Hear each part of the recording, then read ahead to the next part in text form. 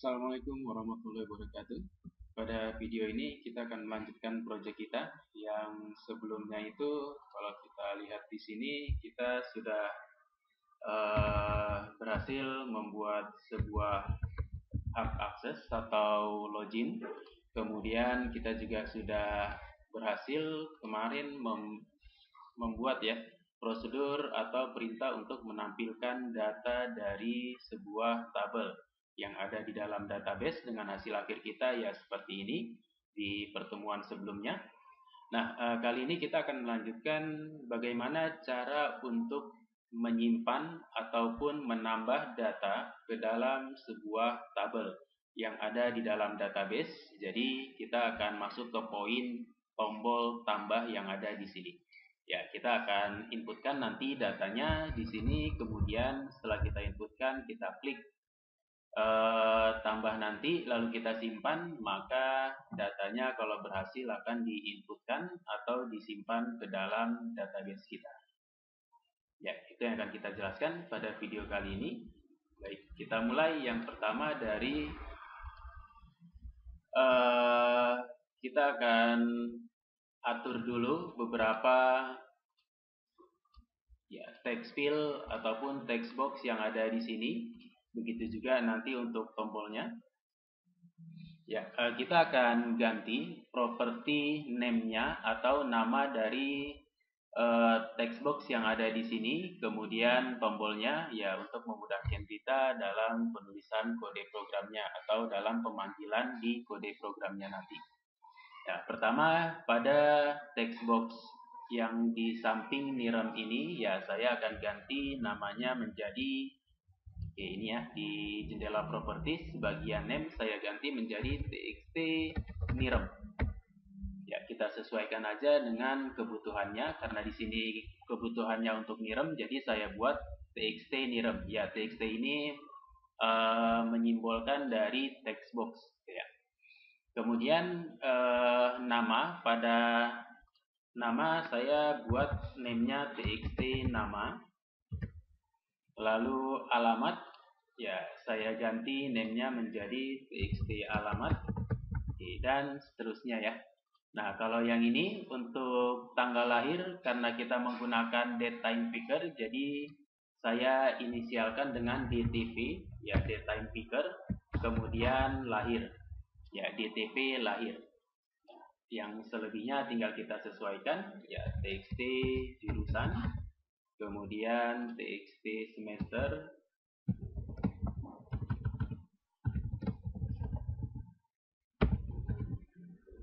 kemudian telepon ya, txt no telepon. Lalu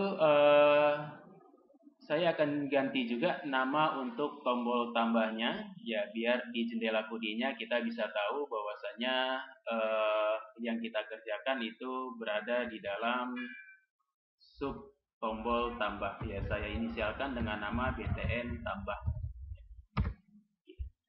Nah, baik, selanjutnya saya akan double klik tombol tambahnya. Nah, di sini dia, kita akan diarahkan ke bagian prosedur untuk btn tambahnya.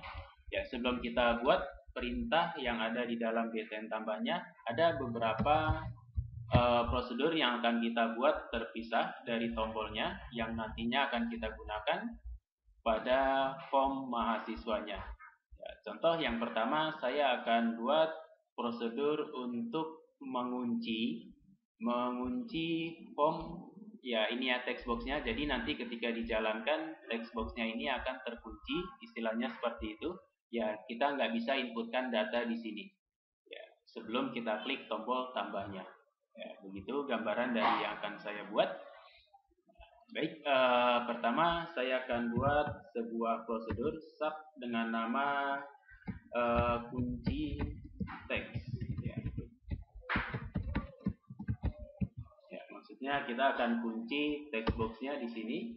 Ya, kita mempunyai beberapa text box. Yang pertama misalnya txt nirem.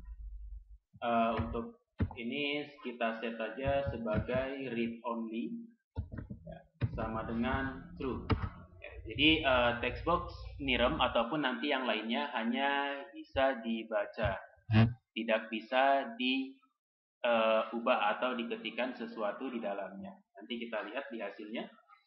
Kemudian ada txt nama,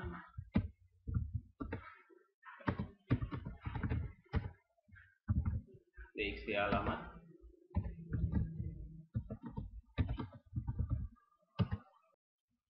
ya, selanjutnya untuk DTP lahir atau tanggal lahir, karena kita menggunakan data picker, jadi di sini kita gunakan enable aja, property enable ya, karena nggak ada read only di data picker ya.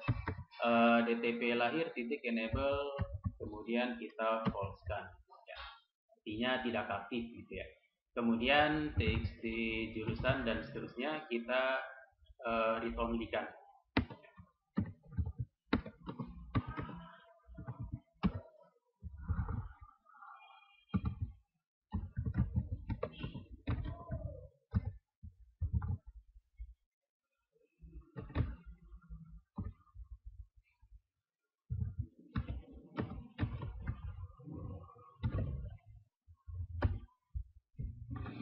Ya, kemudian setelah kita buat prosedurnya ini, kita akan gunakan dia ketika form mahasiswanya ditampilkan. Ya, berarti kita akan beri dia di dalam, ya, berarti kita akan panggil fungsinya atau prosedur tersebut di dalam form load-nya. Ya, di sini kita panggillah kunci teksnya. Nah, selanjutnya hasil dari kunci teksnya ini, kalau kita jalankan aplikasinya, kita login.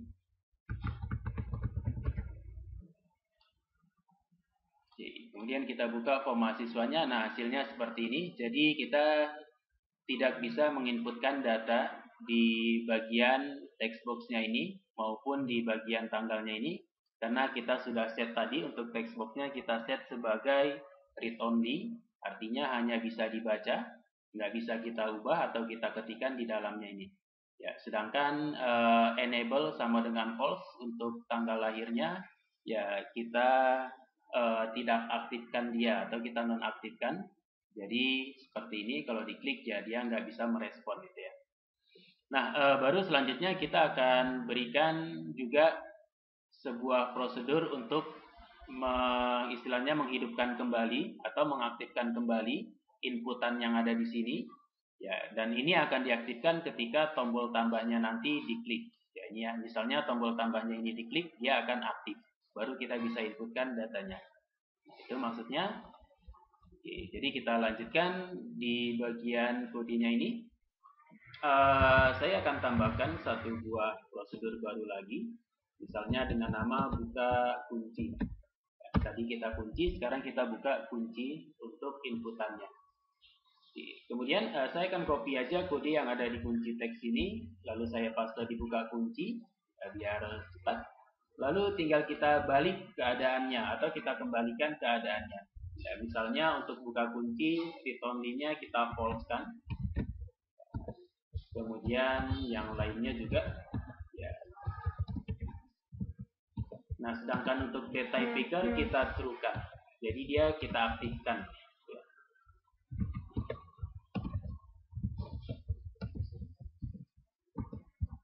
Nah, berarti nanti kalau diakses buka kunci ini, maka semua inputannya akan aktif atau bisa kita gunakan.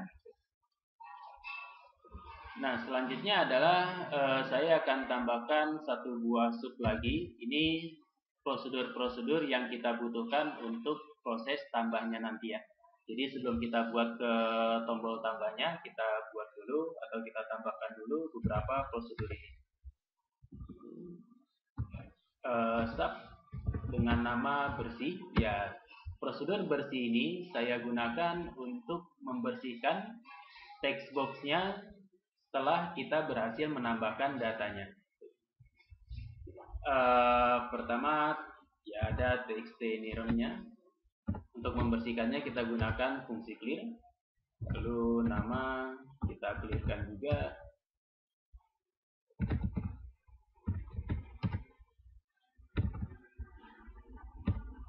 Kalau untuk data picker dia nggak mempunyai fungsi clear, yang ada adalah kita gunakan value ya.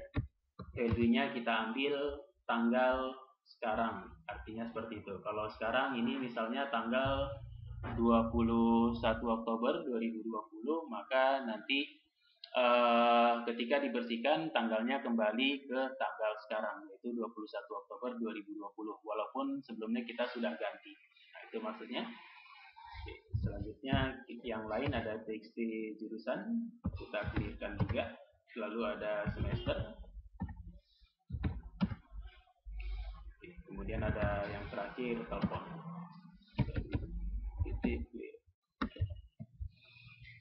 Baik, nah selanjutnya setelah dibersihkan, saya akan tambahkan satu lagi di sini, txt nirem titik fokus. Jadi setelah dibersihkan semua textboxnya, inputannya akan fokus pada txt nirem, atau kursor inputannya akan fokus di txt nirem, di bagian nirem. Ya. Nah ini jadi untuk kali ini saya tambahkan 3 buah prosedur ini. Ya, mengunci teks atau mengunci inputannya, lalu membuka inputannya, lalu membersihkan inputannya. Ya. Nah, baru selanjutnya kita masuk ke bagian tombol tambahnya.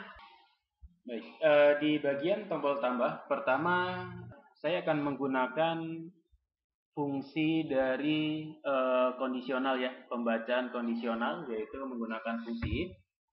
Jika btn tambah titik teks sama dengan tambah, ya ini tulisan yang ada di tombol tambah kita. Jadi maksud dari kondisional ini adalah jika tulisan yang ada di tombol tambahnya adalah tambah, ya, atau jika tulisan yang ada di btn tambah adalah tambah, maka saya akan ganti tulisannya menjadi btn tambah titik teks sama dengan simpan. Nah, jadi kalau awalnya tulisannya tambah, setelah diklik dia akan berubah menjadi simpan. Ya. Nah ini maksudnya. Atau kita lihat dulu. Saya jalankan aplikasinya.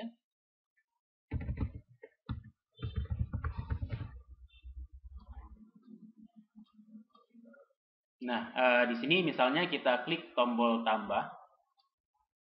Oke, nah tulisannya berubah menjadi simpan. Ya, ini maksudnya ya. Oke.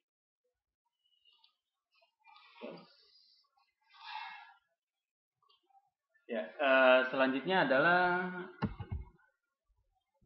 kita akan panggil ya call buka kunci. Kita buka kuncinya.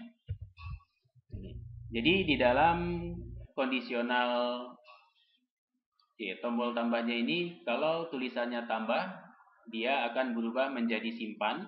Lalu kita panggil prosedur buka kuncinya. Ya bisa langsung tuliskan buka kunci, bisa juga menggunakan call itu ya.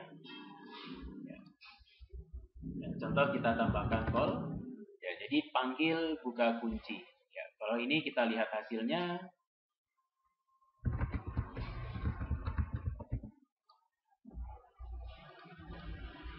Ya, setelah kita klik tombol tambah, ya kita perhatikan, ya ini sudah berubah menjadi aktif semuanya. Jadi kita bisa inputkan nilainya, ya tanggalnya bisa kita pilih, ya, dan lain-lain. Nah selanjutnya tinggal kita klik tombol simpan. Ini ya, tombol tambahnya berubah menjadi simpan. Jadi urutannya nanti setelah kita klik tombol tambah, ya inputannya akan berfungsi. Kita inputkan datanya, lalu kita klik tombol simpan. Nah, tapi di sini tombol simpannya belum berfungsi karena kita belum berikan perintah untuk menyimpan datanya. Nah, itulah yang akan kita lanjutkan. Baik, selanjutnya adalah kita akan tambahkan kondisional yang lainnya, else if. Ya, selain itu jika Selain itu jika kita gunakan message box, ya sebuah kotak pesan, isinya misalnya sebuah konfirmasi ya, apakah data akan disimpan ya, misalnya seperti ini ya, tanda tanya ya, apakah data akan disimpan ya, ataupun yang lainnya, apakah yakin mau menyimpan data ini, yaitu bebas ya untuk kata-katanya. Selanjutnya kita akan berikan tombol di jendela pesannya ya. Saya akan gunakan 2 buah tombol ya, bisa menggunakan pilihan tombol yes no ya. Di sini ada OK, cancel, OK only, ataupun yang lainnya ya, atau yes no. Nah, ataupun bisa menggunakan kode, misalnya kita gunakan kode 32 untuk tombol yes, plus 4 untuk tombol no ya, atau pilih yang yes no ya, sama. Lalu selanjutnya kita kasih untuk tulisan di jendela, message box-nya ya. Lalu selanjutnya kita tambahkan sama dengan yes. Oke, saya enter. Nah, jadi maksudnya ya, jika tulisan pada BTN tambah adalah tambah, maka rubah menjadi simpan. Nah, selain itu, maka tampilkan sebuah kotak pesan message box ya, dengan tulisan apakah data akan disimpan. Lalu ada 2 tombol ya, tombol yes dan tombol no, 32 dan 4 ini tombol yes dan tombol no. Selanjutnya ya, sama dengan MSG box result titik yes, artinya kita pilih tombol yes ya. Kalau tombol yes yang dipilih, maka kita buat dim koneksi sama dengan ya, as new ya, sebagai OLEDB connection ya. Kita buat koneksi baru dengan nama koneksi. Ini kita besarkan juga, masalah biar sama ya, in koneksi as new OLEDB connection. Kemudian kita buka koneksinya, lalu kita gunakan ya CMD-nya. Nah, di sini saya akan menggunakan comment text sama dengan, nah, baru di dalamnya kita berikan query untuk menambah data ke dalam sebuah tabel, yaitu insert into, nama tabel kita kemarin adalah mahasiswa ya, insert into mahasiswa values ya, artinya masukkan ke dalam tabel mahasiswa values nilai-nilai ya, nilai-nilai yang pertama nilai dari, kita buat dulu strukturnya, nilai dari txt nirem ya, kita masukkan nilai dari txt nirem ya. Kemudian ini saya copy aja, kemudian nilai dari txt nama. Selanjutnya di sini saya pindahkan ke bawah aja. Nah, selanjutnya nilai dari txt alamat,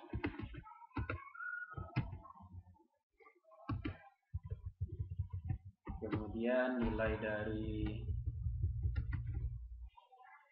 oh ini ketinggalan ya, sorry, txt nirem titik teks ya, titik teksnya ketinggalan, kalau enggak nanti errornya.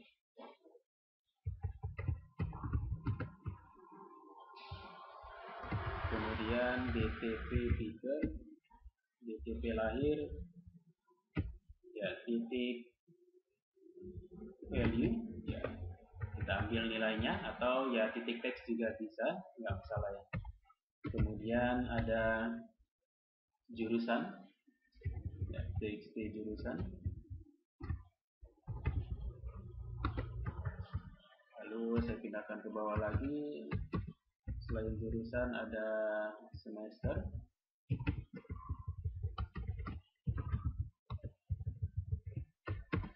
kemudian ada nomor telepon.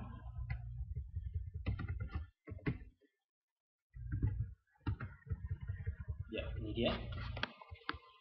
Nah, masih error ya.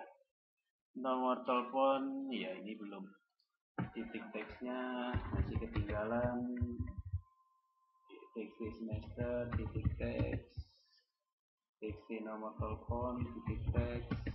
Ya, ini dia.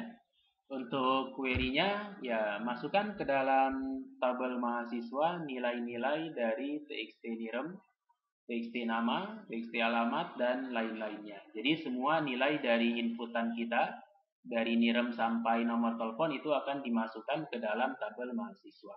Jadi, nah, selanjutnya adalah kita eksekusi cmd titik execute non query. Ya, jika berhasil kita gunakan MSG box lalu dengan keterangan data, misalnya ya, data berhasil disimpan dengan tombol 64, tombol OK ya, 64. Kemudian ya, keterangan di jendelanya informasi ya, atau judul di jendelanya informasi ya, titel di jendelanya informasi. Kalau tadi konfirmasi ya, jendela konfirmasi, ini jendela informasi ya, kita anggaplah seperti itu. Nah, selanjutnya adalah kita closekan koneksinya, kita tutup koneksinya karena sudah selesai. Lalu kita panggil prosedur tampil yang kemarin kita buat. Jadi nanti datanya yang ditampilkan di list view akan diperbarui. Lalu kita panggil juga prosedur bersih, akan dibersihkan semua data di dalam text box-nya. Kemudian kita kunci kembali text box-nya. Dan kita ganti kembali tulisan btn tambahnya. Kita kembalikan menjadi tambah. Nah, setelah simpannya selesai, tombol tambah yang tadinya berubah menjadi simpan, lalu kita kembalikan menjadi tambah. Yang terakhir adalah kita kasih fungsi else. Nah, ini maksudnya else ini kalau ketika muncul di checkbox-nya apakah data akan disimpan, lalu kita pilih yes, maka ini akan dijalankan. Dan kalau kita pilih no, maka bagian else inilah yang akan dijalankan. Nah, isi dari else ini adalah sama dengan yang saya copy ini. Ya, kita tutup koneksinya, kita tampilkan datanya, kita bersihkan text box-nya, kita kunci lagi text box-nya, lalu kita kembalikan tulisan tombolnya menjadi tambah. Ini dia, kita coba dulu, saya jalankan. Login.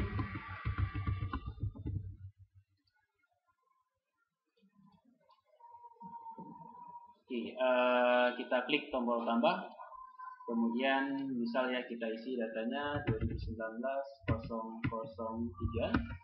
Namanya misalnya Dian. Alamatnya di Jalan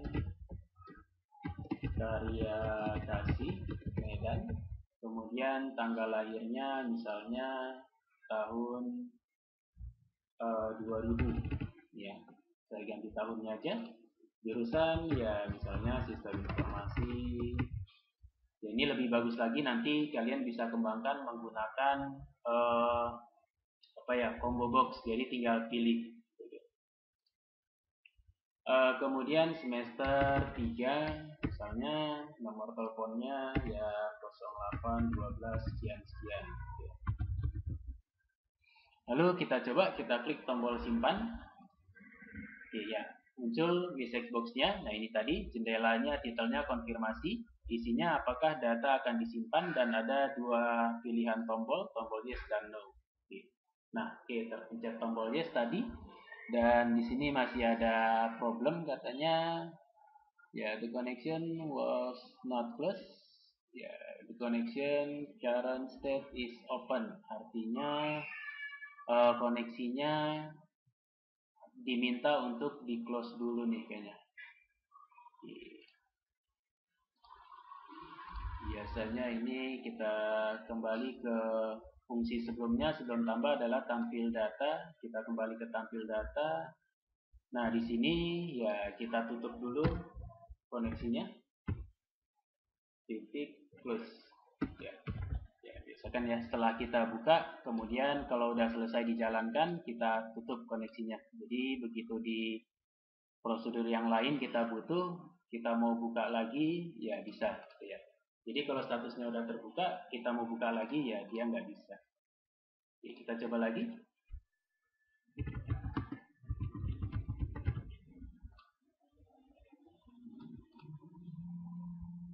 Saya klik tombol tambah, kemudian aktiflah text boxnya, kita isi datanya, yang misalnya yang tadi 2019-003, kemudian namanya tadi Dian, alamatnya di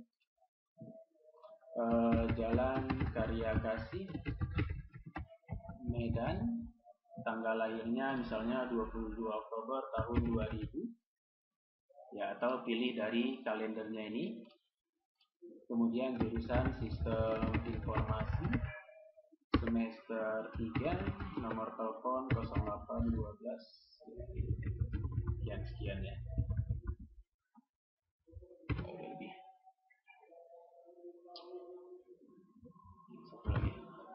Nah, selanjutnya saya akan klik tombol simpan. Kalau berhasil, maka data yang saya inputkan di sini akan tersimpan ke dalam database kita, lalu akan ditampilkan di bagian displaynya ini. Oke, kita simpan. Oke, apakah data akan disimpan? Yes.